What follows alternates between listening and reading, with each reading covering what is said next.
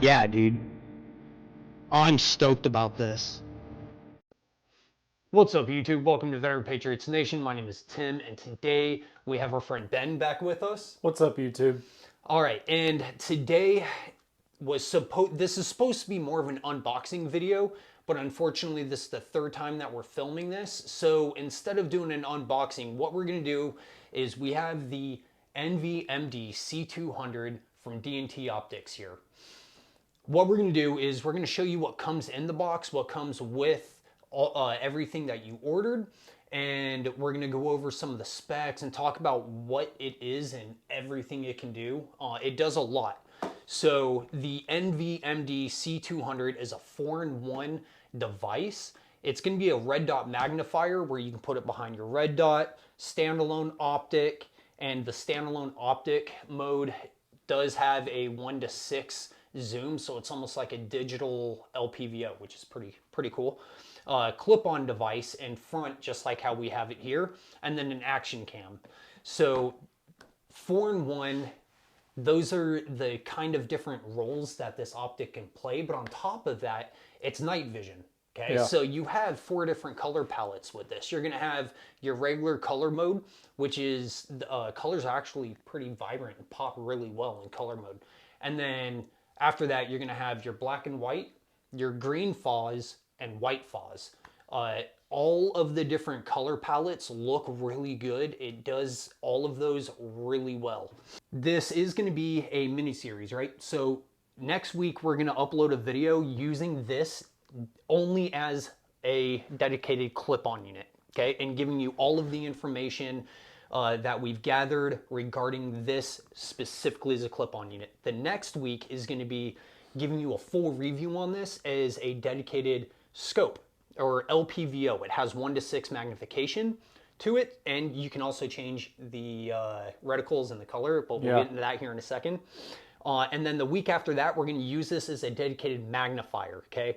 Now, you can buy a flip the side mount for that. It's sold separately, but the fixed mount does come with that. You get 2 boxes in one when you order this. In the smaller brown box, what you're going to get is your charger, okay? So you have your charging deck with your charging cord, and then you have at least at minimum 1 battery that comes with it. The battery that comes with it is going to be an 18650. Let's see if I can crack this open. Woo! All right. The battery that comes with it is going to be a rechargeable 18650. You're going to get about 6 hours of battery life out of 1 battery, and that's what we've seen. Right. I'd say that's accurate, about 6 hours. Now with the charging deck, it's gonna come with a Type C. Is that what that's called? Yeah, it is. Yeah, so Type C that plugs into the back, and then you can plug it directly into a USB port. On the right side, up top, you're gonna have 3 different settings for this switch here. You're gonna want it in the middle setting. It took me 2 nights to figure that out. Started with one setting within the next. So it took 2 nights for me to figure out that it's actually the middle setting you need. And then, I don't know if, I have a paster stuck to this. I don't know if this is gonna come with it, but this is actually a little case for your battery. They did send me 2 of these batteries. I think the other one is just a spare for the review. Setting that aside, you're gonna have the main optic box here. On the front flap is where it tells you everything that it does, and then you have a pretty cool picture of it on the side. So let's go ahead and flip this open. Ben, what does this all come with, man? All right, let's see what we got here. You don't have to crack that open, you can just show Yeah, them. so what comes in this is actually just the cleaning cloth itself, which is actually a pretty nice, typical cleaning cloth for like lenses. Actually, before we jump into the rest of the box, I do want to be open and honest about this. They did offer a killer discount for doing a review on this optic. I can't remember the phrase they used, but an additional discount.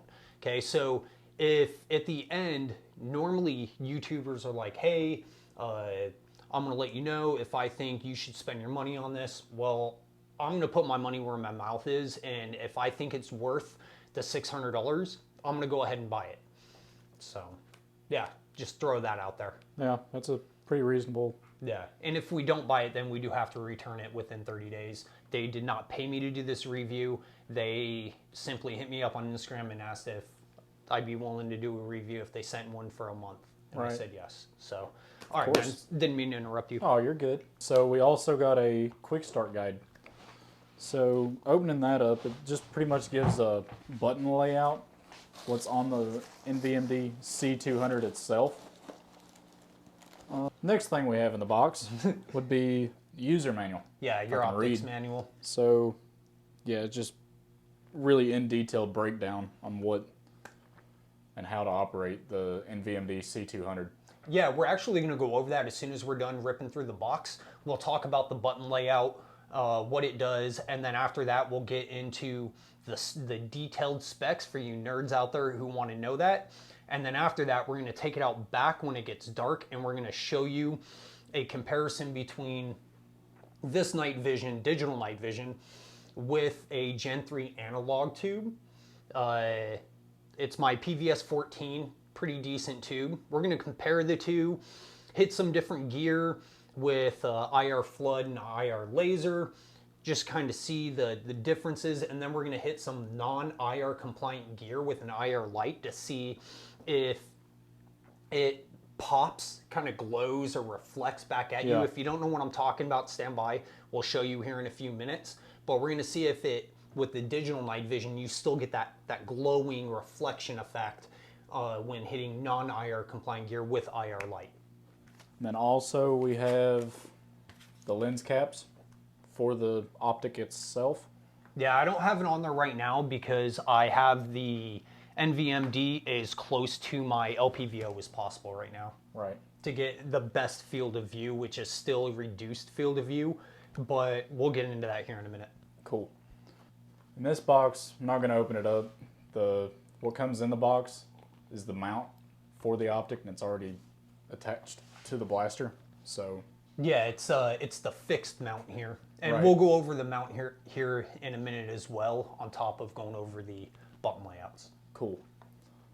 And then it looks like we have another Type-C charging port. Yep, and we'll show you what that's for here in a minute as well.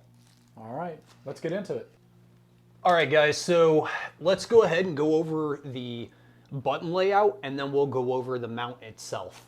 Now, for the button layout, it's actually a really simple device to use. We figured it out and got used to it in what, like 30 minutes or something Yeah, like that. it's pretty quick. Starting from the front to the rear, you are going to have your focus dial. So the focus dial, it just a little tiny turn focuses a lot, okay?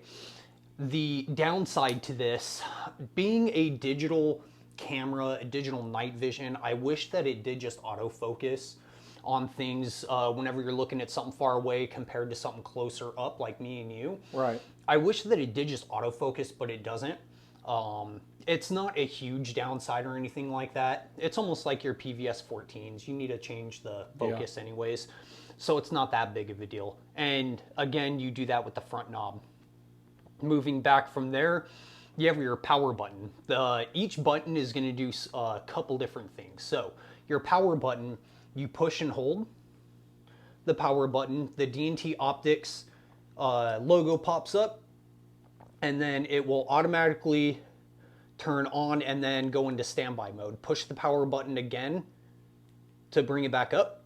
There we go. And then you can go into standby mode. To go into standby mode, you just push the power button real quick and it'll go into standby mode.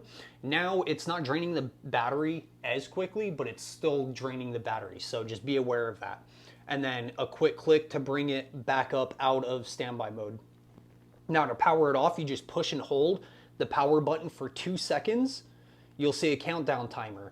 If you decide you don't want to power it down, just release the power button before the 2 seconds and it'll auto-populate your regular screen. And then moving back from there, you're going to have a record button. A quick click of the record button to record, quick click again to stop recording. So the record button will also change the different color palettes and go through your night vision. So you push and hold that record button, and it'll go from color mode to black and white, and then from black and white to green fuzz, and then from green fuzz to white fuzz.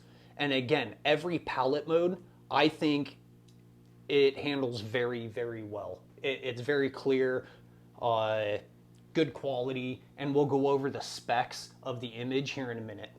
Now, moving back from there, you're gonna have this dial here. Okay, the dial is actually for zooming in and out. So you should see B-roll right now of me zooming out of in and out of a drone that we were flying the other night. On top of your dial, you're gonna have your setting button, right? So you can push and hold the setting button, and it'll auto-populate on the left-hand side of the screen. Oh, you know what? I don't think I can record when doing this, unfortunately. But anyway, so your settings auto-populate on the left side, and the first one that comes up is magnifier mode. Okay, so you can hit the setting button again, quick click, and now it populates magnifier mode, clip-on mode, and scope mode. Okay, so the scope mode and magnifier mode has magnification to it. Clip-on mode does not have magnification mode, and we'll actually get into the details of that, the good, the bad, the ugly, regarding that in the next video. If you want to back out, just push and hold the setting button, and now you can toggle down through more settings. Next one is going to be connection. That's how you're going to connect this to the app. So the paperwork comes with a QR code. If you have an Android or an iPhone, scan the correct QR code and download the app. From there, you're going to turn on the connection on this. So you're going to click the setting, Wi-Fi is going to pop up, you click it again, and then that brings the on and off mode. Click it again to turn on, click again to turn off. When it's on, you're gonna open up the Wi-Fi on your phone, turn it on, connect to this, and then open up the app, and you're gonna connect to the device again. Within the app, from there you can go over to your album and it'll show all the videos that you took. And just to clarify, that is in the Wi-Fi settings and not the Bluetooth settings? Correct. In the Wi-Fi specifically, not Bluetooth. Correct. Awesome. So then moving down from there, back out, push and hold setting to get out of the Wi-Fi. And then again to get back over to the settings. So going down from there, you have zeroing, and we'll go over the zeroing process when we use this as a dedicated optic. So if you want all of the information that this has to offer throughout a clip-on unit, a dedicated optic, or a magnifier, then subscribe to the channel, hit the bell notification so you get notified when we are dropping these videos, but it should be on the weekend, every weekend for an entire month. And then moving down from there, you have reticle settings. So this is actually really cool. So you can click on that. Oh, you're gonna have to be in optic mode in order to do that. Right now it's in magnifier mode. So you would click that, and then you can cycle through a couple different reticles. And then moving down from there, you have flip to side action mode. So whenever this is in clip-on mode and you have that flip to side magnifier, you flip it to the sides, so you're not using it as a magnifier, but it'll automatically start recording. Hopefully we'll be able to test that. I asked DNT to send me the flip side magnifier because it didn't come with it. All right, moving down from there, PIP settings. I have no idea what that does. Recoil activation mode. It is on. I don't know if it's started recording. I'm not sure. We'll have to test that. From there, you have magnification settings. So you can change it from a 1 to 6, 1 to 5, or 1 to 3. Go ahead and push setting button again to back out of that. And then you can cycle through the different color palettes using the menu setting, but that's kind of pointless because you just push and hold the record button to do that. And then function settings and system settings. Back out from there. The back, you have another dial, but that's kind of just to focus on the actual screen itself. It gives you a lot of information in here. We'll go over that here in a second. It gives you a lot of information, but in order to have that information not be blurry, you use the rear dial. So Ben, why don't you go over what we see in this screen, starting from left to right? Cool, let's do it. And then we'll move on to the mount. starting on the left, it gives your elevation. And then in the bottom left, it gives a compass, and also right below the compass, it gives a mic icon. So I'm assuming like if it's audio. Audio, yeah. Okay. Yeah, so the video also does give you audio, which is neat. Oh, that's awesome. Yeah. Then moving on over, it looks like it gives you your windage cant in the center. And then also to the right of that, it has your 1 to 6 times to let you know what magnification you are in. And then to the right of that is your battery level. Yep. And then to the battery's right of about to die. yeah, the battery's almost dead. And then moving on, the last thing on the right would be a clock. Cool. So One thing we didn't touch on, the side right here, it looks like it's going to be your windage dial, but that's actually not what that's for. So let's go ahead and take that cap off and show you what that.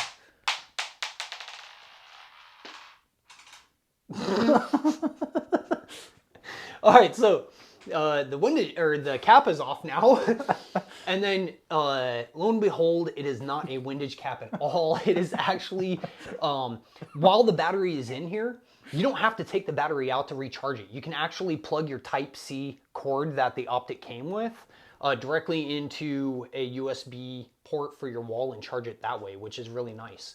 You cannot take the video off this on your computer using the Type-C port here. It is only for charging. I'll get that windage cap here in a second. awesome. Also, the battery cap, it's the threads are fairly fine. So just be careful not to cross thread that at all when you're putting it on there. I did notice that it's easier to thread on than it is on my PVS 14. It's easier to cross thread on my PVS 14 than it is this. Just be careful for that. And then the mount. So this is the fixed mount that comes with the Optic, and it came with the mount came with 3 screws. You only require 2 to put the mount on the Optic itself, and that's going to be right at the bottom here, along with your torque spec. It's 35 inch pounds. Yeah. Do not do 35 foot-pounds. You will break something. And then the lever here, it has a locking lever. So you push the front down to unlock it. Otherwise, it won't come up at all, which is a really nice safety feature. Yeah. It also has a cross lug. So the screw acts like a cross lug to lock into the Picatinny. So you don't have to worry about it sliding forward or backward on you through recoil, which is really nice.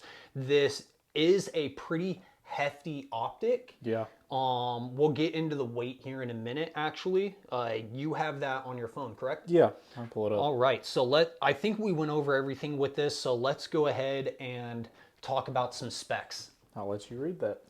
All right. So the first thing that I think we should go over is actually the price point of this, right? So I think we talked about it earlier, but this is only $600, right? So for comparison, my Gen 3 PVS 14 analog night vision was $4,000. And that's without Yeah. PVS 14 is not an Optic. We'll just clarify that. Yeah, if you want, you can use a PVS 14 as a clip-on unit in front of an Optic, but the mount, it doesn't come with the PVS 14. So you need to buy that mount separately, and then you need to buy a Wilcox mount, you know, so and then a helmet and all that other crap. So PVS 14 analog night vision is really, really expensive. This only comes in at $600, but the quality of the night vision with this is really, really good. It punches far beyond the $600 price point. Exactly. When it comes to the quality of night vision. Yeah, it works really, really well. IR light isn't 100% required. Does it help? Oh yeah, absolutely, it helps. But we were tucked into the woods. We were out into the woods with not a whole lot of ambient lighting coming in, and it was working just fine for us. Yeah. So 2.6 inch eye relief. If you live in Europe, that's going to be 65 millimeters. The field of view, it's going to be 27 degrees wide, 15.4 degrees tall. It's an ultra wide field of view, so it provides a broad immersed view for fast target tracking. And we did do a little bit of running and gunning, and it's not that hard to run and gun with it. No, it's the really not. refresh rate for this isn't so bad that as you're panning fairly quickly, It doesn't get super blurry. The refresh rate doesn't screw with you at all. It's really not that bad to run and gun with this. The sensor resolution, that's something that a lot of people are probably going to care about or are curious about, which is a 1920 by 1080 pixels with a 50 frames per second sensor frame rate. Again, that digital magnification goes up to 1:6, but you also have a 1:5 and 1:3 to pick from as well. All right, field of view, horizontal, vertical, and diagonal. 27 degrees by 15.4 by 30.8. Eye relief again is 65 millimeters, 2.6 inches. A diopter adjustment plus 2D. I don't know what that means. Detection range 400 meters. Well, we live in America. That's 437 yards. Yeah.